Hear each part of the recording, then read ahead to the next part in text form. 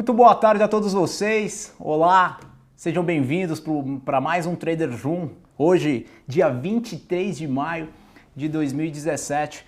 Como eu já havia comentado com vocês, né, o Traders Room, a ideia deste programa não é ficar focando em setups, né, é fugir um pouco dessa parte tão técnica de operações e sim tentar mostrar um pouco para vocês sobre os bastidores do mundo trading. Então, já prometi para vocês que ia trazer algumas pessoas de renome do mercado financeiro, pessoas que fizeram história no mercado, pessoas que tiveram uma grande representatividade operacional e como a gente fala, né, quem tem amigo não morre pagão. E graças a Deus a gente nessa trajetória minha, que não é tão extensa assim como do nosso convidado de hoje, mas a gente conseguiu levar para a vida muitos amigos, muitos colegas e gente com uma vasta experiência. E é isso que eu queria compartilhar com vocês, é isso que eu quero passar para vocês no dia de hoje. E o convidado de hoje é nada mais, nada menos do que Masato Hijima. Fala, Masato! Primeiramente, queria te agradecer aí por ter vindo. Eu sei que de repente o teu dia a dia é um pouquinho corrido.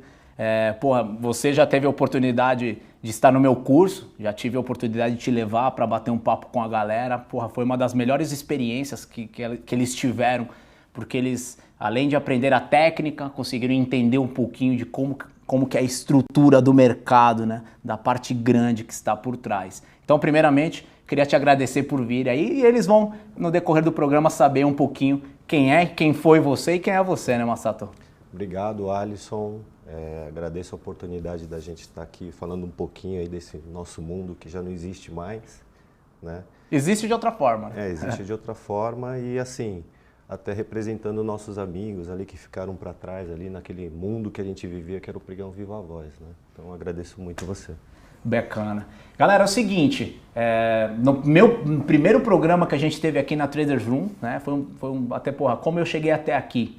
Eu contei um pouquinho da minha vida, da minha trajetória, como que eu cheguei até o Pregão Viva Voz, né, das minhas loucuras que eu fiz por ali. Eu primeiro gostaria de saber, Masato, como que você chega no pregão? Cara, como é que você chega no pregão da Bolsa de Valores? Alisson, eu comecei ali no começo dos anos 90, né? Então, como todo mundo do pregão, a gente começava procurando emprego ali no centro da cidade. Hoje, né, a gente vem procurar emprego por aqui, né? Então eu fui office boy de uma pequena corretora, né? Logo depois eu fui convidado para trabalhar com um cara que era scalper, né? Ele era diferenciado na época porque fazia gráfico no meio do pregão de ponto e figura. Ponto e figura, olha isso. Pra você ter uma ideia, como não tinha software naquela época, né? Então aí ele me convidou para trabalhar com ele para fazer toda a parte de gráfico e auxiliar ele na parte da mesa, né? Beleza. Depois de alguns anos ele foi convidado para ir para fora, né? E meu sonho era virar operador de pregão, né? O que mais me chamava a atenção. E logo depois eu consegui trabalhar numa corretora pequena, mas atendia na época um grande cliente, né? Que aquele mercado, no começo dos anos 90, era mais voltado para a pessoa física, né? E nesse período a gente pegou várias crises, como a invasão do Kuwait, a implementação, o impeachment do Collor, né? Não tinha as ferramentas que tinham hoje, mas o mercado mais fluente era o índice Bovespa, né? Era o mercado do momento. Né? Era o mercado do momento. Você não foi auxiliar, então? Não, eu não cheguei a ser auxiliar. Como eu já tinha auxiliado na mesa, então eu já fui direto para o operador. Você nem passou pelos trotes, então? Não cheguei. Graças a Deus, né? Você imagina só, passar pelos trotes, né? Mas deixa eu só te perguntar, você, desde que você entrou, então você comentou que já chegou atendendo um cara grande, um cliente muito representativo em lotes. Por que eu falo isso? Porque o Masato, ele era a pessoa que tinha um dos os maiores clientes na sua linha. Ele atendia, grandes instituições, né? Então o fluxo, boa parte do fluxo do mercado cambial, né? Já falando um pouquinho mais da minha época, estava na mão dele. O que eu queria entender é o seguinte: você chegou, então você já começa com um cliente grande, já operando lote, né? Lote, naquela época a gente não tinha tanta experiência. Com o tempo você vai adquirindo experiência, vai arrumando um jeito de como você vai ter que operar, né? E lógico, Com o tempo a gente passou sempre em outras corretoras, né? Sempre atuando nos mercados mais principais, né? Até 97, 98 o índice Bovespa era um mercado mais fluente, né? A partir desse momento, quando o dólar começa a se tornar um mercado flutuante, né? Ele começa a ter mais liquidez, né? Então aí eu passei a atuar mais no dólar, né? Então, nesse período de 97, 98, 99, foi aquelas grandes crises, né? Que teve asiática, da Rússia, né? E eu atuei numa corretora que eu era um dos dealers, né? Eu era controlador do câmbio, né? Então, sempre tive muito lote, operava muito lote. Então, é nessa época que o Banco Central começa a atuar no mercado? Exatamente, né? Naquele período não tinha as ferramentas como tem hoje, né? O BC, quando ele fazia as intervenções no câmbio, ele fazia direto. Olha então... que legal. Olha o que o Masato acabou de comentar. Pô, eu era um dos dealers. Então, só para vocês terem uma ideia, hoje a gente tem inúmeras intervenções do Banco Central, né, que é tudo avisado antes, eles lançam nota, avisam que vão fazer uma intervenção das 9h30 até as 9h40, o resultado dos swaps, né, intervenções, não sei se é o nome correto, na verdade no fundo né, eles só não têm esse nome, mas é porque eles querem controlar a moeda, mas é tudo muito regradinho, muito tranquilo, a gente sabe antes, então a gente sabe a hora que vai ser o resultado, quantos que as instituições precisam, quanto que as instituições adquiriram do lote que o Banco Central ofertou. Então isso é bem bacana, porque ele comentou, eu já era dealer naquela época. E o que é um dealer? O dealer são as pessoas, as instituições que representam o Banco Central no mercado. Hoje em dia, se não me engano, são aproximadamente 12. Então o Banco Central, de tempos em tempos, seleciona 12 corretoras, 12 instituições, para que ele consiga operar por essas pontas. É claro que a ideia o Banco Central nunca quer mostrar exatamente por onde que ele está atuando. E o Masato teve essa oportunidade de atender. Como que era atender o Banco Central, cara? Cara, ele pegava tipo assim, né? De onde que eles ligavam? Eles pegavam as corretoras que eram cadastradas na bolsa, ligavam para algumas delas e falavam, ó, você tem um operador disponível? Eu preciso de um operador direto, né? E com o tempo acabei atuando mais como ponta dele, porque ele gostava, né? Eu vi que ele gostava da atuação, né? Então era muito diferente que, por exemplo, chegava um determinado momento do dia que o dólar começava a subir, os caras me ligavam, eu ia para a roda, né? E começava a vender que nem louco, vendo 1.000, mais 1.000, 2.000, né? E chegava uma hora que o mercado dava aquela parada e o cara falava, ó, vai tomar uma água. Eu saía para tomar água, quando voltava o dólar estava mais lá em cima, aí eu começava a vender de novo. Era dessa forma que atuava o BC naquele período. Olha, né? Que loucura. Quando ele fala, pô, ele voltava para a roda, bota um slide aí onde tem o pitch, Sala, por favor.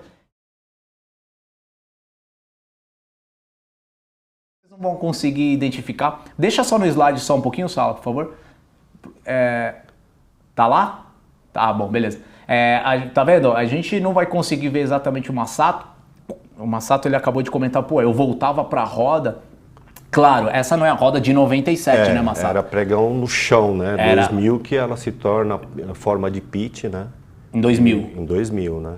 Então você imagina aquela roda indo para cima antes, indo para cima e para baixo, andando o pregão inteiro, né? Olha só que doideira. Então era uma roda, na verdade não tinha, né? Não era delimitado. Fixo, não tinha ponto fixo. Então era aquele movimento de andar, era aquele movimento de circulação, né? Era aquelas rodas onde os caras andavam, então, quebravam as portas. Imagina todo mundo, o mercado inteiro querendo comprar dólar e você ofertando dólar para o mercado. A roda vinha para cima de você e levava você para onde tinha que ir, cara. Era muito louco. E era muito difícil operar isso, né, Alisson? Se a gente olhar hoje, vocês são das cavernas, né? Muito louco. A galera enxerga a gente assim, mais ou menos. Em 2000 que foi criada a parte de pitch, né? Que aí começa a surgir as primeiras caixinhas, né? As institucionais, não sei o quê. A coisa começa a ficar mais organizada. Então, depois de 2000, nós já temos uma organização física no pregão, né? Já tinha...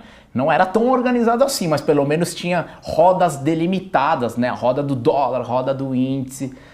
Então já é essa mais ou menos a época que eu chego no mercado. Eu já cheguei no mercado bem mais organizado do que o Masato pegou. né? O legal é que você falou, pô, começam as caixinhas, né? O que vem a ser uma caixinha? Assim, um operador que, porra, você atendia uma caixinha, o que seria isso? Que são jargões de mercado, né? Na verdade, assim, o sistema de caixinha numa corretora, ela foi criada assim justamente para minimizar custo, né? Então antigamente você pegava um operador, atendia um determinado tipo de player. Eu cheguei a atuar, né? Só que o player que eu atendia, ele pagava todos os custos e conseguia me pagar o meu salário, né? Então, conforme a mudança da bolsa, cada vez mais começou a se diminuir a corretagem, né? Então, as corretoras, para diminuir o custo, colocava numa linha só 3, 4 players, né, para um operador. Entendi. Ou seja, no mesmo telefone, você ficava com 4 clientes diferentes? Numa caixinha, sim. Numa caixinha. A ideia inicial foi dessa maneira, né? Só que eu atuei com cliente até 2003, né? Onde era o big cliente, né? Você atendia só ele? Você atendia só ele. Chegava a fazer só com ele 15 mil, 20 mil contratos, né? 20 mil contratos de dólar naquela época e ele operava, era para ele? Operava só para aquela instituição, né? Então você imagina, o cara, eu passava praticamente 2, 3 dias sem fazer nada, né? Mas a saída geralmente era comigo.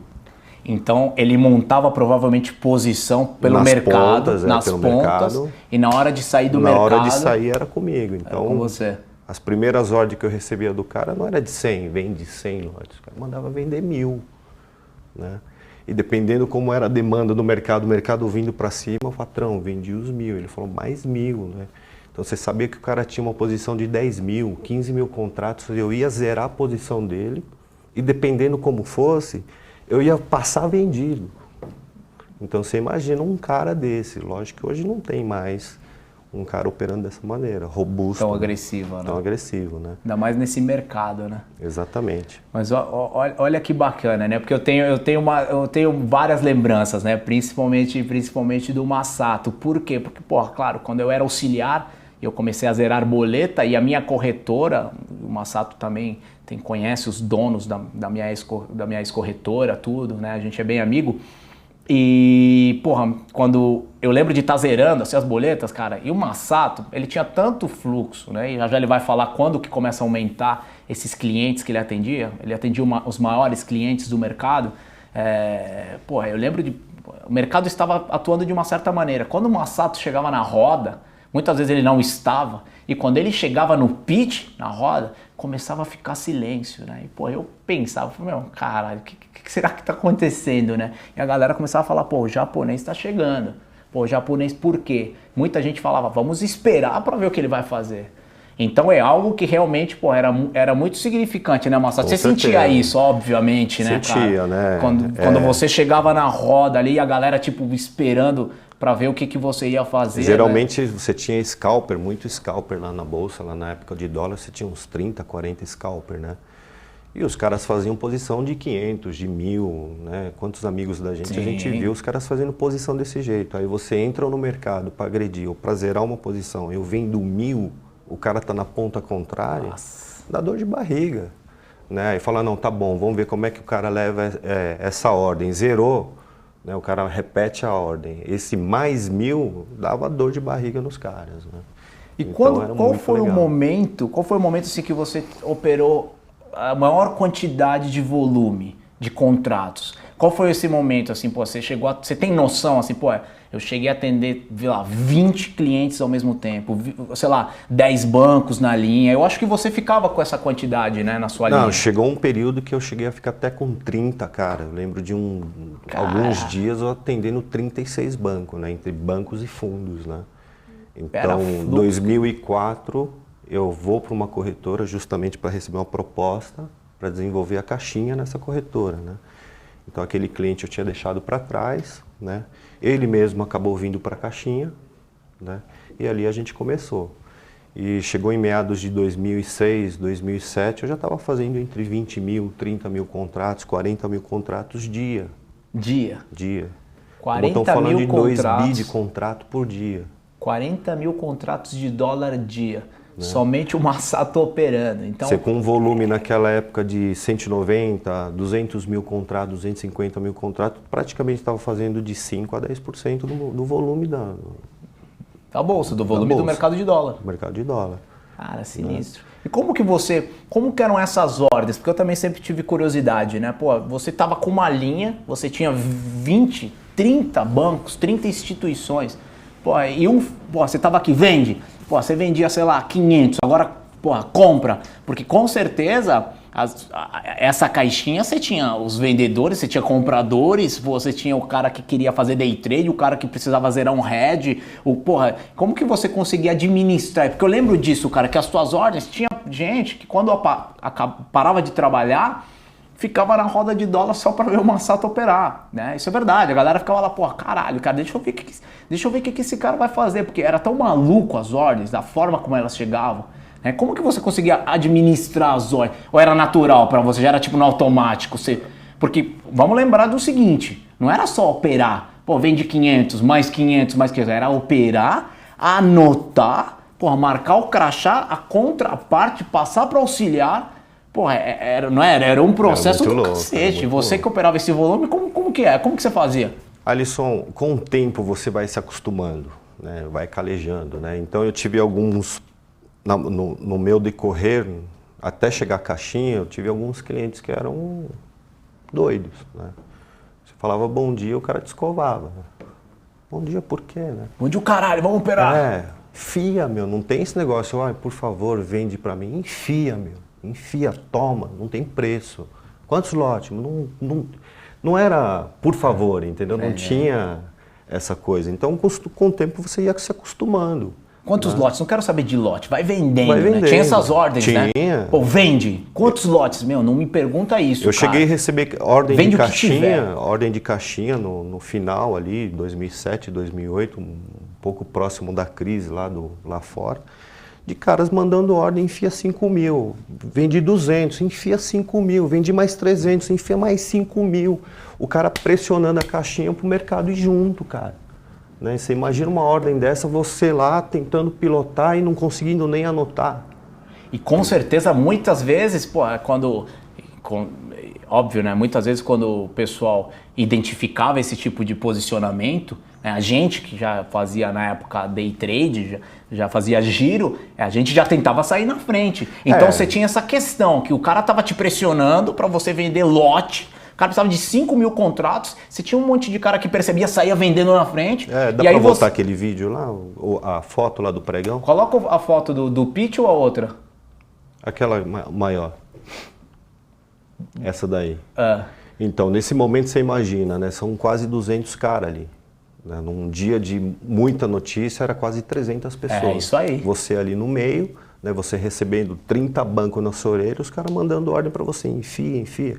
Aí você fecha 5 com um cara, mais 10 com um cara, mais 15 com um cara, e você precisa anotar. 200, mais 500, e aí a galera vendendo na frente. Não conseguiu vender, vendi quantos? 500. Porra, você tem 5 mil. O tape reading começa aí, né? Exatamente, porque eu chamo de face reading, né? Os scalpers olhavam pra gente, que era o fluxo da roda, né? Começava a vender, eu vou vender junto, né? Cara, que Só que tinha uma outra coisa na caixinha que era muito engraçada, né? Por exemplo, eu acabava de receber uma ordem de 500, né? Batia 100, o mercado ia junto, e os caras já entravam outro cara, falavam, toma 1000. Chá do 400 direto. Isso que eu ia te perguntar, porque o teu fluxo era tão grande, e é aquilo que eu disse, com certeza você tinha vendedores, compradores, pessoal do giro, pessoal do head, você tinha o banco central, então às vezes, eu acho que o cara muitas vezes poderia usar você, como eles fazem muitas vezes no eletrônico, né? Vendo 1000, a galera começa a vender junto, entra o cara agora, compra 5 mil, então o pessoal derruba o preço. Então, como é que você lidava com isso? Você sentia que às vezes, por exemplo, o que eu vejo muito no book, que eu lembro que no pregão tinha também, era 2 players, 2 clientes pela mesma instituição, trocando porrada. Um tentando derrubar o mercado, outro tentando puxar pela mesma ponta. Você pegou esse tipo de situação? Peguei várias. Vende 1000, toma 2000, você fala, caralho. Peguei várias, né? Inclusive, exatamente, a caixinha, ela começou a funcionar bem, porque assim, a ordem numa caixinha chamava outra ordem. Então um cliente começava a operar, outros vinham na contraparte, ou outros vinham junto, né? Então acabava trocando muito lote, porque a gente acaba vendo muito direto em mesa, né, por causa disso. Porque os caras trocavam lote e acabava nem vindo para o pregão, né? Eu acabava executando uma ordem que tinha acabado de sobrar na mesa, tá, por exemplo. Entendeu? Então muitas vezes entrei comprando, acabava de vender comprando alguma coisa, os caras entravam com uma outra ordem para vender. Pregão não entendia, cara, o Masato tá ficando louco, né? Não era. Não, mas era loucura, cara, as ordens eram loucura. E assim, a gente até colocou, você já passou por algumas crises e, porra, coincidentemente, a gente, quinta-feira passada, tivemos as delações do presidente da JBS aí, né, que envolvem aí o presidente, circuit break, claro, que a gente que já passou um pouquinho, você mais ainda, a gente já passou por esse tipo de situação, a gente sempre relembra, né, aqueles momentos que a gente passou no pregão. Como que você, ou qual é o momento assim que você fala, pô, esse foi o mais maluco no pregão, assim, o momento que você fala, cara... Eu lembro de 2 momentos assim, primeiro na época do pregão no chão, foi nessa época de dealer, né? Eu lembro, o contrato de dólar era outro Sim. tamanho. Eu lembro de estar operando em torno de 150 mil contratos num dia, como dealer. Caralho. Né? Então era pregão no chão, onde os caras vinham, te pegava, te levantava, puxava a camisa. Rasgava a camisa. Né? Você vende 1000. Tanto é que teve regras que foram criadas naquele período, né, que aconteceram comigo. Por exemplo, eu pegava um cara lá do Banco Central que o cara não sabia de regra da bolsa. O cara falava assim para mim, vende para todo mundo. E você repetia na primeira, né? Fechado com todo mundo, cara. Nossa, cara. A bolsa no outro dia interviu, falou, ó, quem falar isso daqui é punição e a oferta vai valer o dia inteiro. Aí eu falei, patrão, eu não posso mais falar. E ele nem aí. Um dia eu entrei para atuar do BC, né? Entrando para segurar a cotação, o cara, fecha com todo mundo. Eu falei, não posso falar. Fala, tá fechado com todo mundo, pode falar, é meu. Fecha com todo mundo. Fechado com todo mundo. A oferta valeu durante o dia inteiro, cara. Você travou o mercado. Exatamente. Olha que doideira, né? Porque hoje a gente tem várias normas, né? E a galera que, porra, tá começando agora, às vezes o mercado começa a oscilar muito, ele entra em leilão. Hoje a Bolsa criou umas bandas de oscilação exatamente para esse tipo de movimento muito forte, ela trava.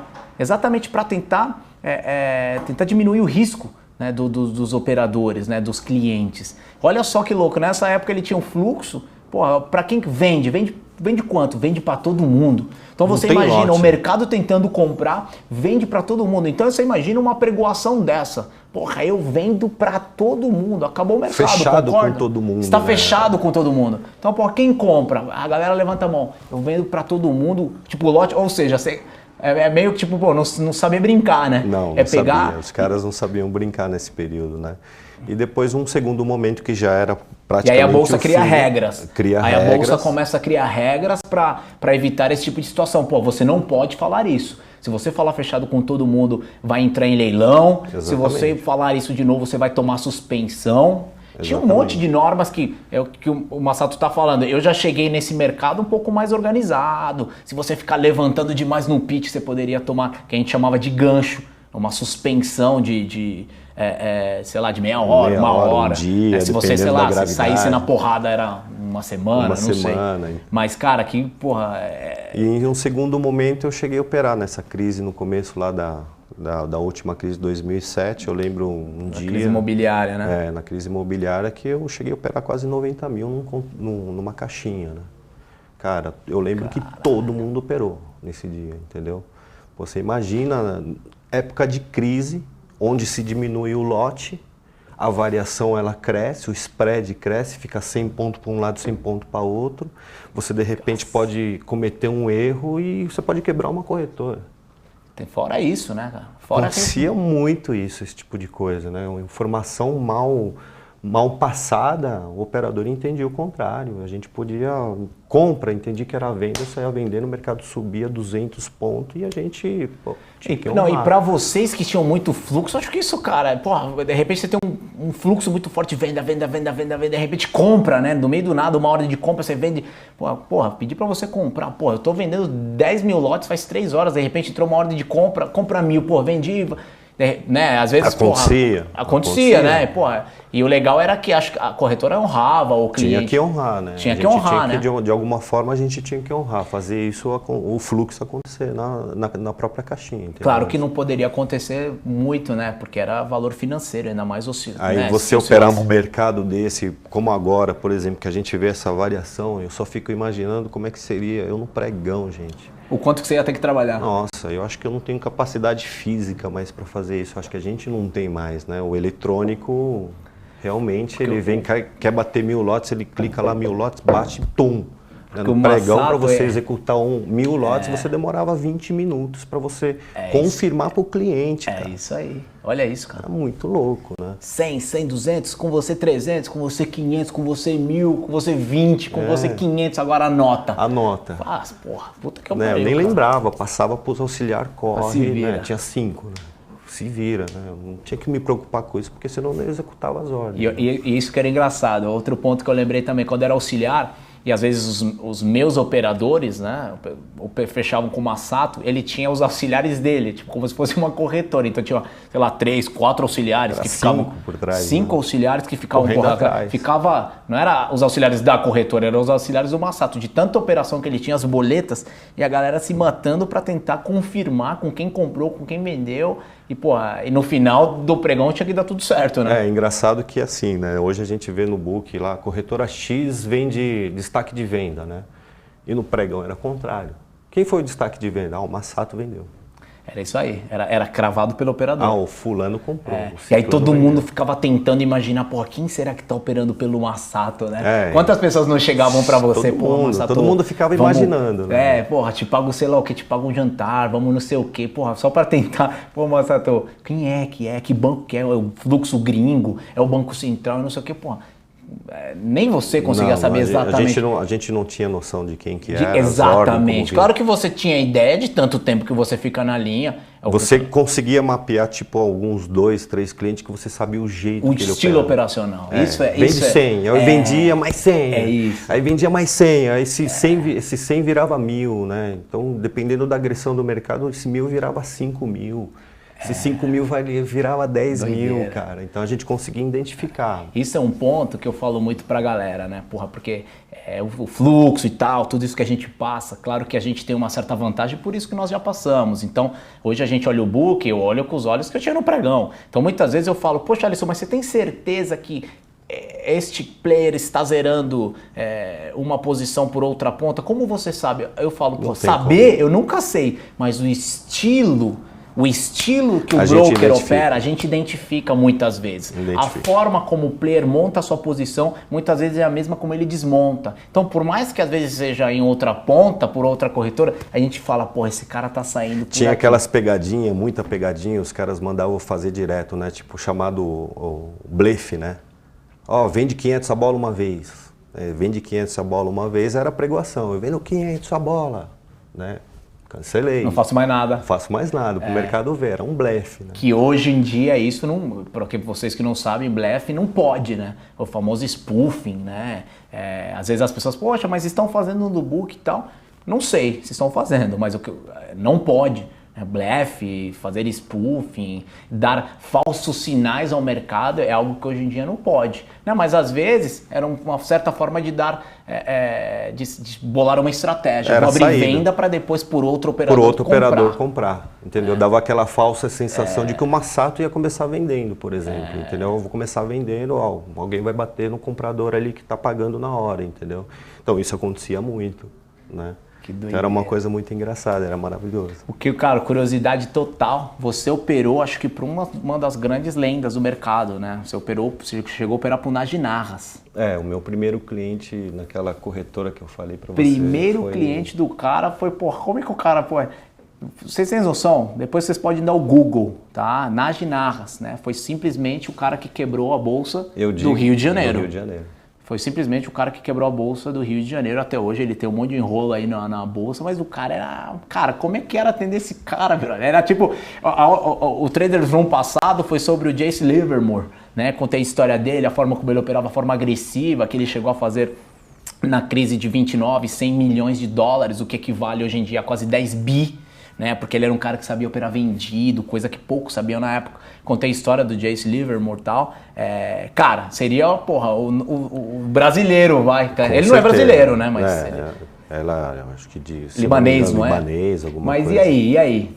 Eu digo assim, como é que foi operar pra esse cara, velho? Pela minha experiência, depois de tudo que a gente passou, lógico, né? Você tenta lembrar, o cara era um lorde, entendeu? Eu digo que o cara operava de luva branca, entendeu? Luva branca e botoadeira de ouro, né? Ah, é? Porque ele tinha todo um estilo, né?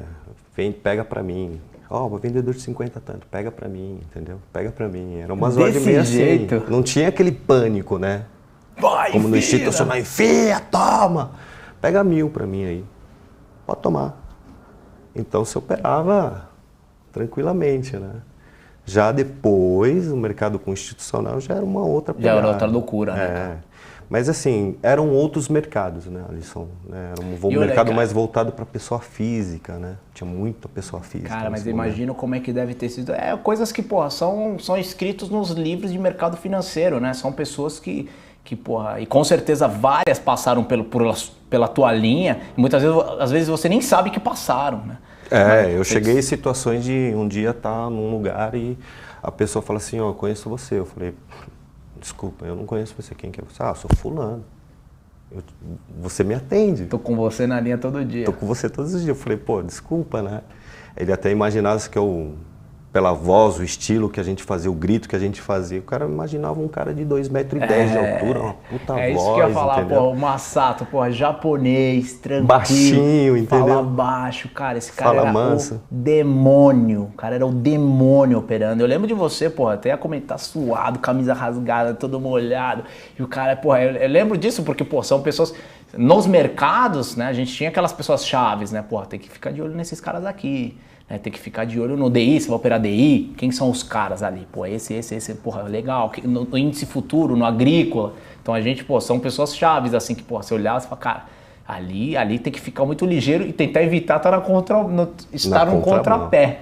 Só que como operava, né, para tantas instituições e era tanto tipo de ordem, né, que, porra, era difícil rastrear. Era difícil, muito difícil de rastrear. E assim, cada vez mais, imagina, né, eu sou um cara tranquilo, né, mas pegava uma ordem de 1000 me transformava, né, Anderson, vem do meu, né, e, tipo, enchia o peito, né, o mercado, segurando o mercado no gogó, cara. Era doideira, era isso. Né, hoje no book a gente não consegue ver essas coisas, né, mas a gente traz, de vez em quando, você começa a mapear uma corretora tentando tomar ali, você fala, meu, você começa a imaginar lá atrás e fala, esse cara quer tomar.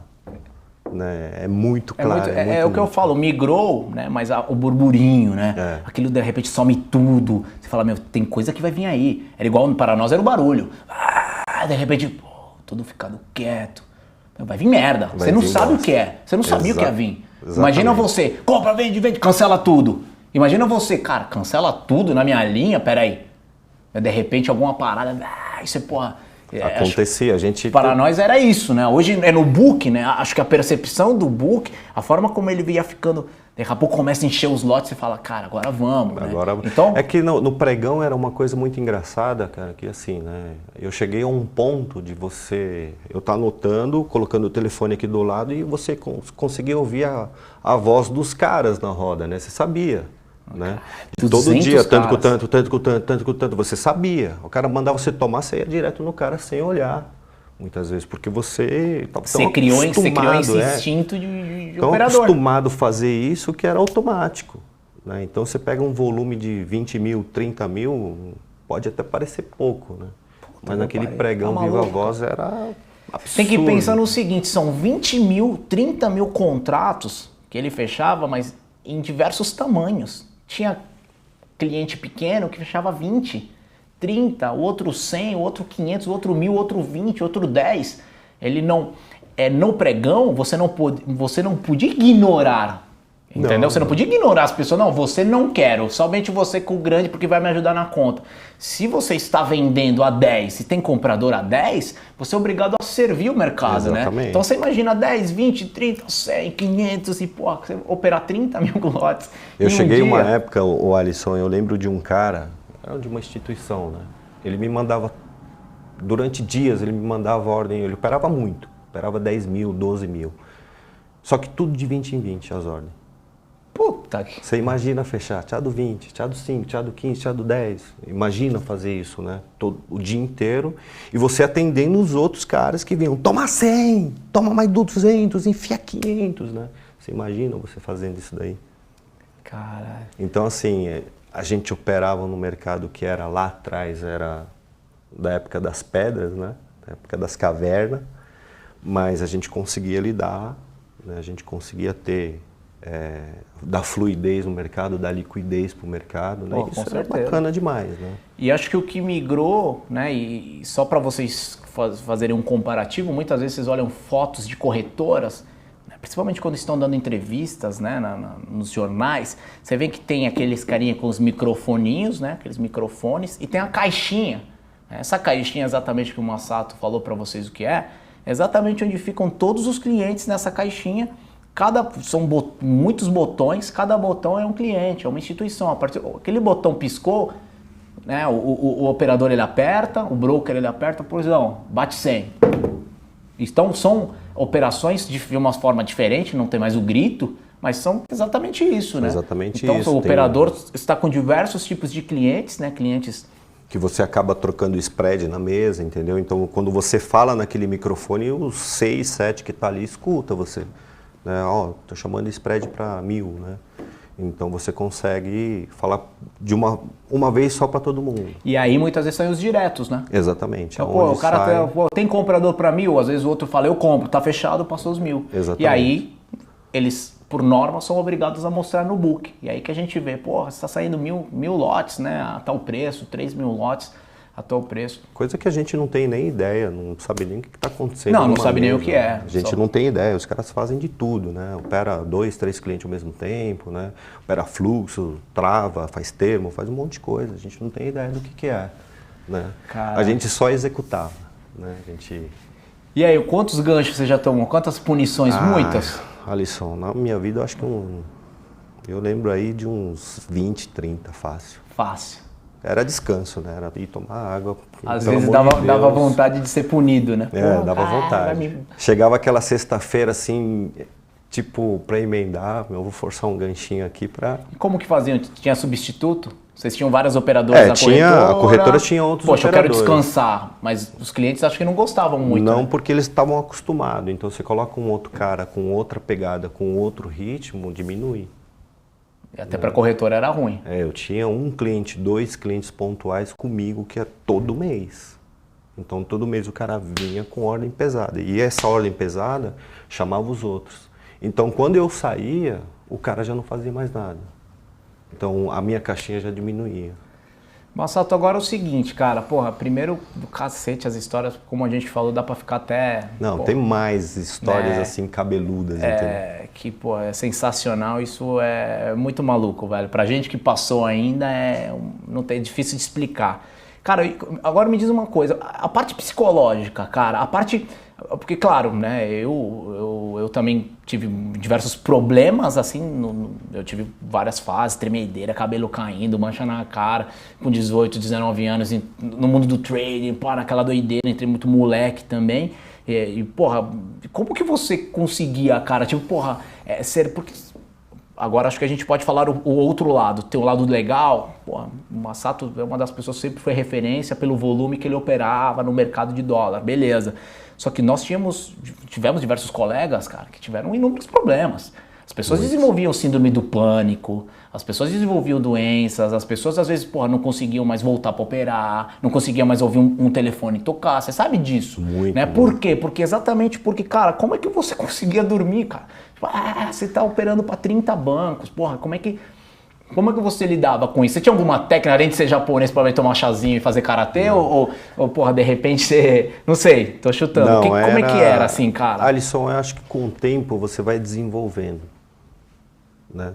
É que nem o trade, o cara que começou a operar de um contrato no mini dólar, no primeiro dia o cara treme, o cara trava. É como a gente, lá atendendo o institucional. Aí você com o tempo você vai conseguindo administrar, né? Então você cria uma condição, entendeu?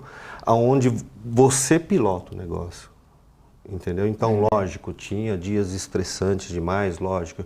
Eu muitas vezes cheguei em casa 11 horas, meia-noite, e deitar 1 hora da manhã, tá ouvindo a minha voz, porque eu cantava no telefone, tanto com tanto, né? Passava o mercado, né? Pros clientes. Passava aqui, era o tempo inteiro, cara, né? Só que fazia parte do jogo.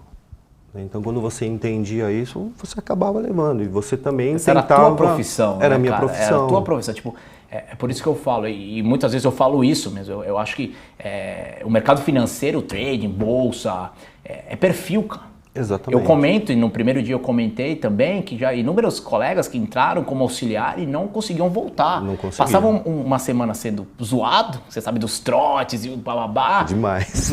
Porra, passava uma semana você passando por isso, tinha gente que não voltava, cara. Não voltava. Às vezes você pegava um cliente que te traumatizava, tipo igual você falou, bom dia, porra, bom dia o caralho, meu irmão. Vai, porra, é venda nessa, porra, enfia. Você fala, calma, velho, calma, vai, porra. Entendeu?